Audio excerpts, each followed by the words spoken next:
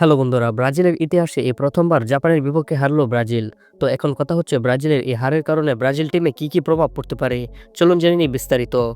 Brazil বনাম জাপানের প্রীতি ম্যাচে জাপানের কাছে ব্রাজিলের ৩-২ গোলের হার ফুটবল বিশ্বে এক বড় ধাক্কা।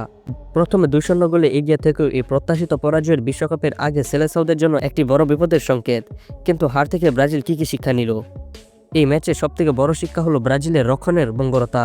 প্রথম গোলটিতে ডিফেন্ডার ফাব্রিজিও ব্রুনো ব্যক্তিগত গোলের পর পুরো রক্ষণভাগ যেন ছন্নছাড়া হয়ে যায়। বিশেষ করে লিড ধরে রাখার সময় মনোযোগের অভাব স্পষ্ট।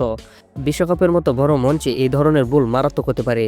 ব্রাজিল কোচ কার্লো আনচেলোত্তি নিজেই স্বীকার করেছেন, জাপানের প্রথম গোলের পর দল মানসিকভাবে ভেঙে পড়ে।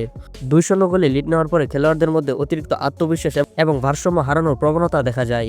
কঠিন পরিস্থিতিতে দ্রুত ঘুরে দাঁড়ানোর মানসিকতা এবং ইতিবাচক চিন্তাধারা ফিরিয়ে আনাটাই এখন সবথেকে গুরুত্বপূর্ণ কাজ।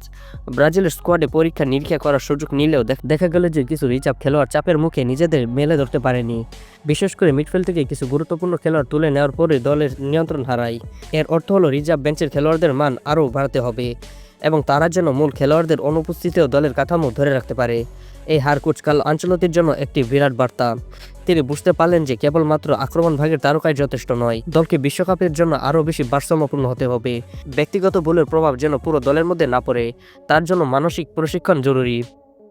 আনচেলোত্তি নিশ্চিত করেছেন এই পরাজয় একটি গুরুত্বপূর্ণ শিক্ষা এবং নভেম্বরের ম্যাচের উইন্ডোতে তিনি আরও পরীক্ষা চালাবেন। সব মিলিয়ে জাপানের কাছে এই হার ব্রাজিলের বিশ্বকাপের যাত্রা এক কঠিন বাস্তবতা তুলে ধরল। এই প্রত্যাশিত ধাক্কা হয়তো বিশ্বকাপের আগে দলের দুর্বলতাগুলো দরিয়ে বড় বিপদ থেকে বাঁচালো। সময় থাকতে ভুলগুলো শুধরে নিয়ে সেলেসাওরা কীভাবে ঘুরে দাঁড়ায় সেটাই এখন দেখার বিষয়। তো আপনি কি মনে করেন ব্রাজিল টিমের কোথায় সমস্যা ছিল জানিয়ে দিন কমেন্ট বক্সে, এবং আমাদের চ্যানেলকে যদি সাবস্ক্রাইব করে না থাকেন তাহলে এখানে সাবস্ক্রাইব করে দিন এবং ভিডিওতে একটি লাইক করে দিন। তো সবাই ভালো থাকেন, সুস্থ থাকেন, আল্লাহ হাফিজ।